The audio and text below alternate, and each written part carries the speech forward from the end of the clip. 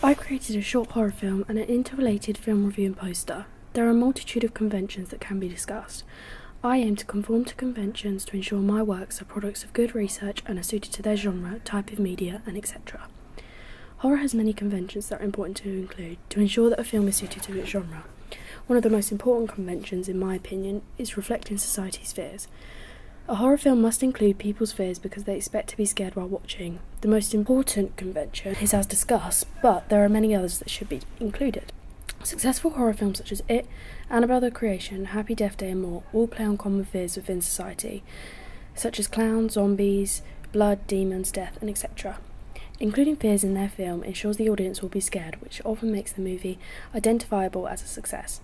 From our audience research, we found that being buried alive was the most common fear. So my group and I decided this would be the focus of our film, as we know that this is what a lot of people are scared of. So including this fear would ensure we are installing horror in our audience.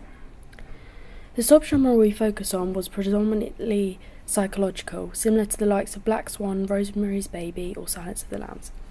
However, it should be noted that we also included elements of gore and suspense films, similar to the styles of Texas Chainsaw Massacre and the highly anticipated film A Quiet Place.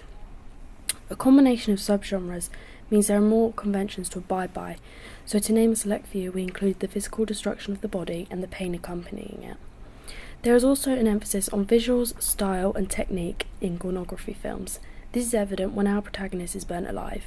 We took inspiration from Freddy Krueger. His character is an iconic horror character that was built off the foundation of someone being burnt alive.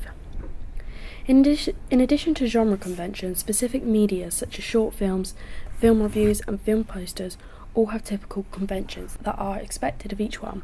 After researching these conventions and how they are applied in real life, I made sure to include the key conventions in my media products. Short films and short horror films have a separate but closely linked list of conventions. The key conventions of short films that are the most important to me were included in this film. The film having a simple narrative and a small cast. In including these, it enables the audience to keep track of characters and where the story is going. And considering our film is only 4 minutes, we must keep it simple so that the audience can follow where we are going and don't get confused by too many characters, because they can't learn them all in a short time. This is why we kept the focus on 2 characters, a protagonist, Hope, and an antagonist, the therapist, which is also the murderer. Moreover, less dialogue is preferred for the same pretense as the other conventions. It keeps the film simple and ensures the imagery is of high quality, so the film, despite lack of length, makes up for it with high quality production. Conventions in a short horror film expect the film to be fast paced, use one location, and feel like a small part of a larger story. In addition to other conventions, these are just the most important to me. We included all these conventions in our film to ensure it was clearly identifiable to the audience as a horror film. Our film uses one location that was a creepy, dishevelled back garden. Keeping in one location again keeps the film simple, as does making the film seem like a small part of a larger story. It works well as we see these conventions evident in successful short horrors like Lights Out. They keep in the bedroom and corridor of a small house and use overemphasised sound, lighting and camera work to make up for the simple location, which I believe only betters the film's production value. We did the same by using the garden and coffin as the key locations within our film to keep it straightforward and let the sound and camera work keep the audience interest peaked. Short films are enigmas in themselves. There isn't enough time to convey a complete story, so by taking a small section of a larger story, the narrative can be put across, but in a shorter time period, by only including the exciting main events. It keeps the narrative basic without losing its impact. Conventions are also challenged when we used a GoPro to film inside the coffin. High quality cameras and developed camera work is expected in any film, but especially horror films.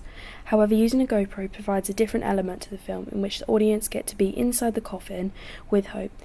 They get to feel her emotions of claustrophobia and the darkness. It plays on the fear in a far more intense way as they see how cramped she really is in the coffin and how it would be such a terrifying way to die. Including unconventional aspects in a film is important as it provides an element of surprise, which keeps the audience interested and engaged in the film because they don't see what they expected and then they don't know what's coming.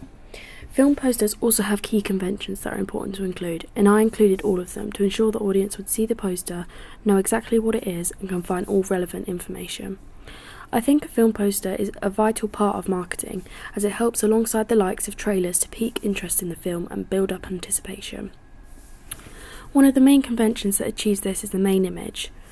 The main image I chose gives minimal information about the narrative of the film, which I believe is quite conventional for horror posters, because giving away a small tease of what the film is about piques interest and acts as an enigma, as the audience will then go and see the film to get answers. Iconic horror posters include Rosemary's Baby, with the iconic pram on the hill that gives a sense of isolation and eeriness but evades to give huge details about the film, with Nightmare on Elm Street, Halloween, Psycho, The Blair Witch Project, The Shining, The Exorcist and The Ring, alongside many others. Other important conventions that I found necessary to include were the title, tagline and reviews. One unconventional aspect of my poster is that it is landscape. This sometimes happens but isn't common. They are usually portrait. Doing a landscape poster adds some individuality as the layout shifts for all the conventional content, so I keep my poster conventional but it still stands out from other film posters, which hopefully resonates with the audience so they remember my film. Magazine reviews also follow conventions. There are common conventions that are expected of all magazine reviews. However, magazines have individual identities, so they do present their views differently to keep each magazine distinctive from one another. The main conventions vary for magazines, but I chose to reproduce the layout of Little White Lies, an independent film magazine known for its creativity with unique front covers with every issue. I wanted to review in a similar style to Little White Lies because the way they write their articles is very intellectual. They go into the details of the film, reviewing the technical aspects like sound and the quality of the narrative, as opposed to just the face value of the film. I made sure I followed the conventions evident throughout all of Little White Lies' article. They keep a simple layout of a main image as the header of the page, followed by the title and some of the key information about the film. The article is usually split into 3 columns across the page in a justified text layout, so it keeps the whole article looking neat as the text runs from side to side of the column. The review then rates 3 factors: anticipation, enjoyment and retrospective. These factors are rated out of 4 and are followed by a sentence explaining the score. I ensure to include all of these conventions in my review, both in the layout and in its content. Following conventions is often a criteria of a successful product. By following conventions, I hope that my film poster and other media products are also seen successful. However, I don't think a product has to be completely conventional. Challenging the norms creates new ideas that can improve the quality of a media product. Moreover, unconventional content can sometimes be more successful as it is different from other media available, so it can stand out to an audience and create a lasting impression. I've included both conventional and unconventional ideas in order to meet expectations while still being creative with new ideas.